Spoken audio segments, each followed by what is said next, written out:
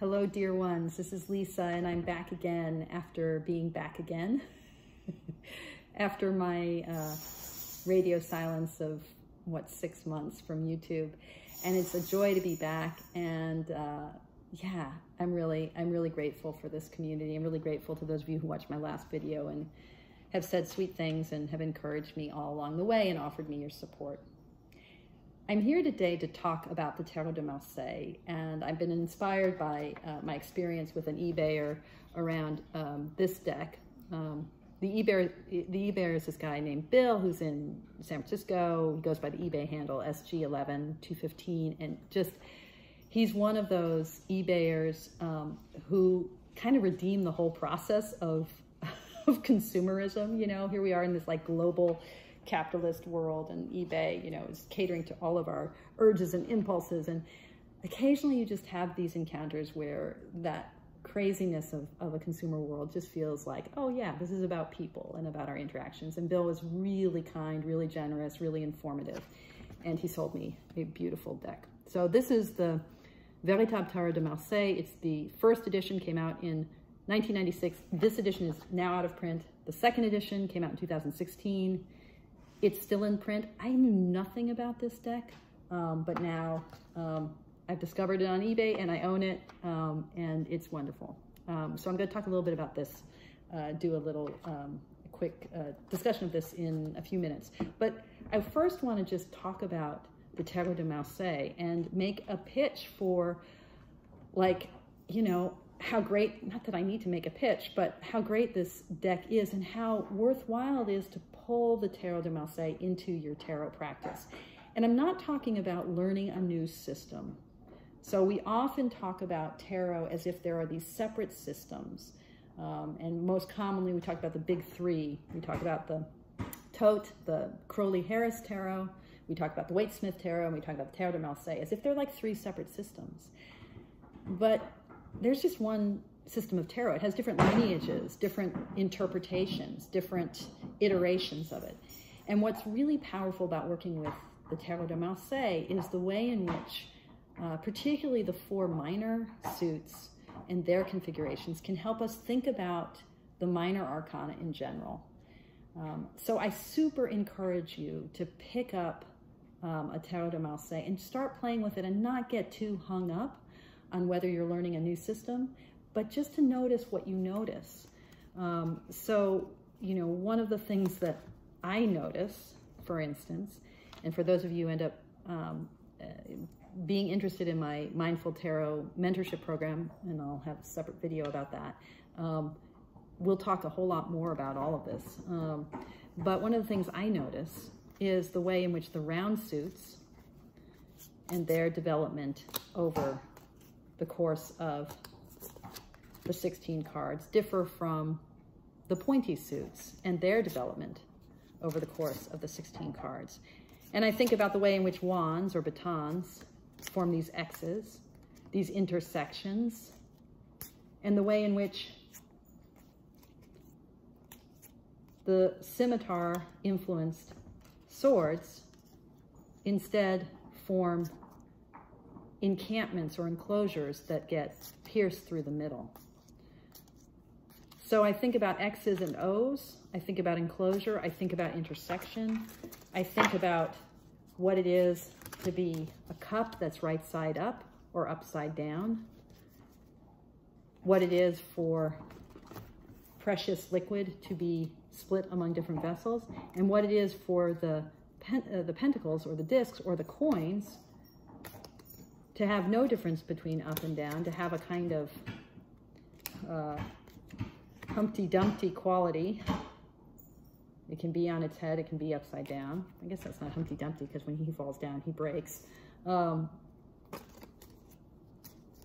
how more coins on a page equals more wealth, whereas more cups on a page means a distribution of wealth, of precious liquid. I think about all these things. And there's a kind of purity and clarity and straightforwardness in the minor arcana that is, for me, transformative of my tarot practice overall. So that's my kind of very, very general pitch through thinking about the minors, particularly for working with the Tarot de Marseille, the way it makes us think about number and arrangement. But then there's also, you know, the power of the allegorical images, the way they bring posture and position and echoes of structure, of 2s and 3s and 4s, of corners and centers, of ups and downs, rights and left, roundness, verticality, sharpness, flowing, sprinkling, and depth. Buried depths and arising, flowing circles. Tarot de Marseille is I find inspiring, so I encourage you to pick it up. Now, if you do pick up the Tarot de Marseille, it's worth noting, if you take it into your practice, that there are 2 main lineages within the Tarot de Marseille, and there are versions of those in all of the still in print or still widely available modern restorations of the deck. So people talk about the Type 1 Tarot de Marseille and the Type 2. The Type 1 is the kind of Tarot de Marseille that we see with the Jean Dodal Tarot. Now, I'm on the coast. I didn't bring all my decks with me, so I don't have my copy of the Dodal. But the Type 1 Tarot de Marseille has, in a lot of ways, a stronger emphasis on folly and illusion and blindness than the Type 2. So, for instance, now the Véritable Tarot de Marseille blends together Type 1 and Type 2 attributes. It's not a pure Convert tarot, and it's not a pure Dodal tarot. It brings both together. What it does with the Fool, by naming it Le Folle, is it picks up on the Type 1. The Yoav Ben Dov Tarot de Marseille, which is a true version of the Convert, originally published by Israeli philosopher, physicist Yoav Ben Dov in 2010. Ben Dov, by the way, was a student of Alejandro Jodorowsky in the 80s, and then went on to develop his own version of the deck and his own tarot practice, very influenced by Jodorowsky. The Type 1 calls this unnumbered trump Le Folle. Type 2 calls it, the Convert, Le Mat. So it's the difference between a kind of hearkening back to folly, to the kind of blindness that might have a spiritual element to it. You know, Erasmus in the early 16th century writes a book. He's a Dutch humanist, really influential, writes a book called The Praise of Folly. The whole notion of the Fool, if you've ever seen Shakespeare or read Shakespeare and you think about the way the Fool functions in Shakespeare, folly has this quality of a kind of blindness that leads to spiritual truth, a kind of craziness or rejection of the world's wisdom, or being too pure or too innocent to take in the world's wisdom, or maybe just being too wise to accept the world's wisdom, that leads toward a deeper, more lasting truth, versus Le Mat, which is just the crazy person. So Type 1 Tarot de Marseille begins the Fool's journey really as Le Folle. And that idea of folly is carried forth in 2 other cards in the Major Arcana, again, in the Type 1 Dodal Tarot. The Véritable Tarot de Marseille is, again, a hybrid, so it doesn't show this, but the Spanish Tarot, which came out in 1976, it's a Fournier deck. I love this deck so much, probably my all-time favorite Tarot de Marseille. It does follow a lot of Type 2 imagery. And in the Lover's card, did I say Type 2? Type 1 imagery. In the Lover's card, oh, I'm wrong. never mind. I was thinking that this was type 1 in its imagery in the Spanish Tarot, but it isn't. I thought it was one of the decks I brought. I must be mistaken. Let me see. I think I am mistaken. Pardon? Where's my lovers? Okay, well, I'm going to have to drop in an image because I don't seem to have an example with me because I didn't bring my Dodal Tarot. But in the Dodal Tarot, the type 1, Tarot de Marseille, the Cupid in the lovers is blindfolded. So what does that mean? So if we think about Cupid and the Lover's card, and we think about the ways in which the Lover's card can signify choice or how we become whole, how we overcome the divisions that desire brings to us, where we're like wanting this and we're not wanting that. How do we integrate? How does the two halves of the gender dyad, how do they come together? How do we work with our desiring self? If Cupid, as the agent of our desire, the cause of our desire, is blindfolded, it says that there's something fundamentally irrational about desire that we will never get to the bottom of, that we have to make our peace with. In the type 2, the convert, Cupid knows exactly what he's doing. He's pointing precisely, right? His eyes are wide open. So the type 1 tarot, as with the Fool, with a blindfolded Cupid, really highlights the sense of we don't see, we don't know. And it, again, highlights that life of the human soul as being one that's fundamentally blind, but blind in a way that is the path of discovery, a willingness to encounter our own lack of knowledge, a willingness to walk into the dark, a willingness to go where we can't see our way forward, a willingness to take our path through the darkness of spiritual journey. Similarly, in the Devil card, again in the Dodal Tarot, in the Type 1 Tarot, the Devil has a face in his belly. Whereas in the Type 2, the Convert Tarot, so Type 1 is Dodal, Type 2 is Convert. In the Type 2 Tarot, there's no face in the Devil's belly. Now, what's that mean? What is the difference between a face in the belly or no face in the belly mean? Again, this seems to me to be about desire and the extent to which we are led by our desires, trapped perhaps by our desires. There's a certain quality of us not knowing that is at the heart of us being human and that we have to come to terms with. And that's, if you think about your belly leading you, your second chakra pulling you along, your gut pulling you along, this is the path of not knowing and not being in control, but instead perhaps control coming from without. And in the figure of the Devil, it's precisely dealing with what seems to be outside of our control that is at the center of this card. How do we become free of our lack of freedom? How do we deal with our lack of control? And the third difference that seems relevant here between the Type 1 and the Type 2 is in the Moon card. So in the Type 1, again, the Dodal Tarot, here the Spanish Tarot, the Fournier deck from 1976, which is, again, one of my all-time favorite tarot decks, has a lot of Type 1 elements. The Moon is facing forward.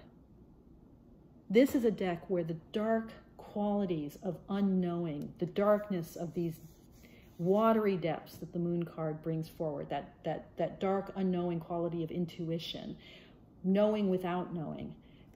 This is highlighted by a moon who's facing forward, a moon who is fully in charge of the landscape, as opposed to, as much in charge of the landscape as the sun is. So both moon and sun are facing us full frontal. In the Dodal Tarot, in contrast, the moon is in profile, it's waning, it's not full.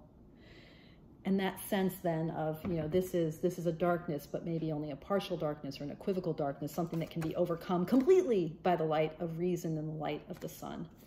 So the Dodal Tarot, that Type 1 Tarot, that Type 1 Tarot de Marseille, really highlights the qualities of folly, of unknowing, of darkness, of spiritual journey, of a journey that is about walking into what we don't know. Whereas the Fournier Tarot, the Type 2 Tarot de Marseille, has a much less emphasis on unknowing, on darkness, on shadow. So, can you guess which version of the Tarot de Marseille I like better? I lean toward the Type 1, right? I lean toward the darkness. But one of the things that I love about my now two favorite versions of the Tarot de Marseille, the Véritable and the Spanish Tarot. This is still in print, by the way, by Fournier, but and I'll have some links below, but the vintage version of it, which I have, is to die for. It's really dreamy, and I've got a video on that, I think.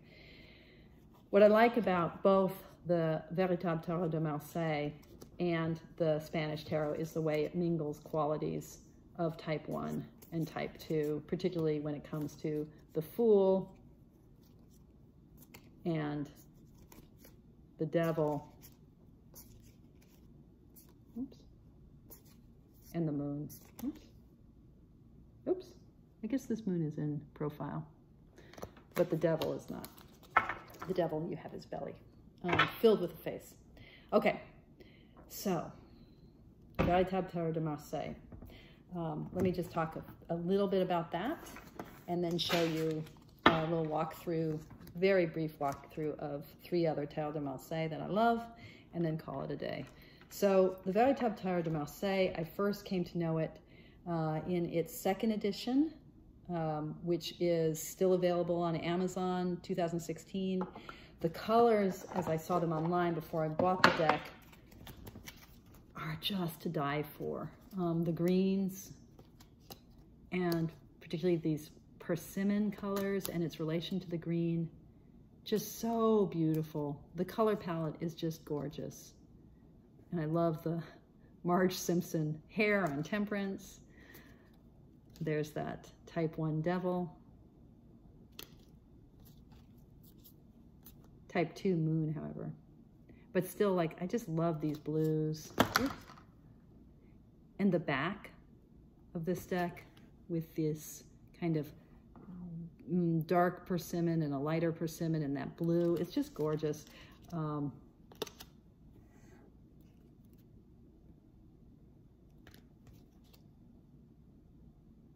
But when I got this deck home, what became almost a complete immediate deal breaker was the cardstock, which is, so this again is the, whoops, the 2016 Édition de Mortagne, which I think is a French publishing company distributed through Quebec.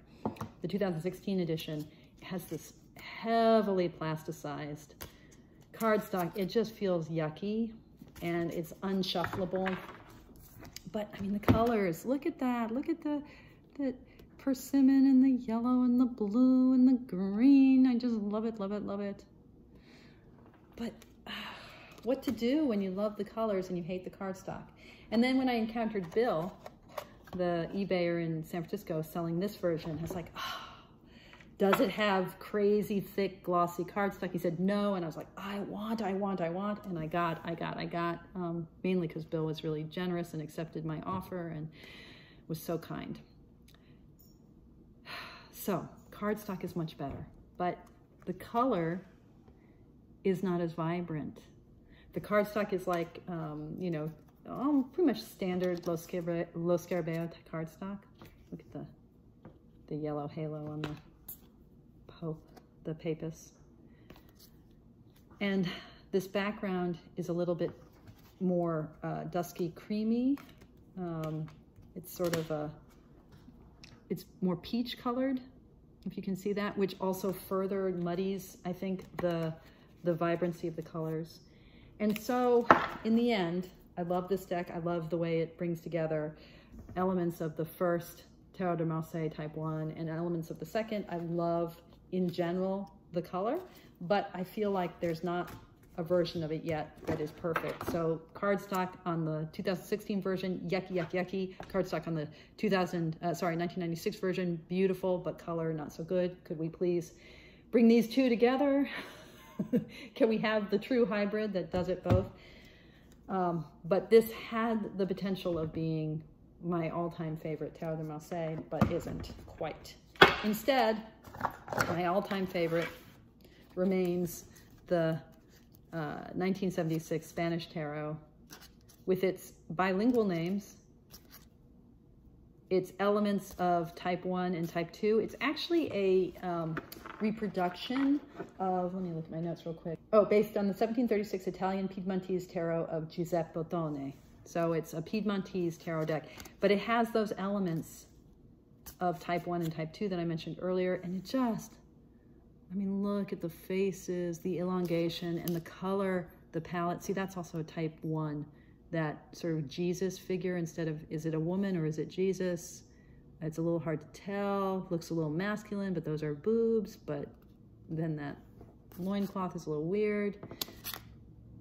And it just, oh, look at that, with that lavender and that golden. It's gorgeous. I mean, there's really nothing not to love about this deck. And if you can get the vintage version of it, which is not that hard to get, it can be a little spendy. The cardstock is to die for. This is what the backs look like. I have to say I'm a sucker for the very simple backs, like in the Yoav Ben Dov Tarot, you know, these very simple pattern backs as opposed to the Hadar Tarot back, which is pretty, but not that big a fan. Let's look back at the Fool. Look at his face. Love it. Now he's loco. He's not, he's crazy, but still. Love it. And then there's another Fournier Tarot. Again, this is also in print. Also has really simple pattern backs. This came out in 1983, and it's really more of a type 2. These aren't in order, I realize. But look at the coloring. Now, the Fournier Tarot has this quality where it says,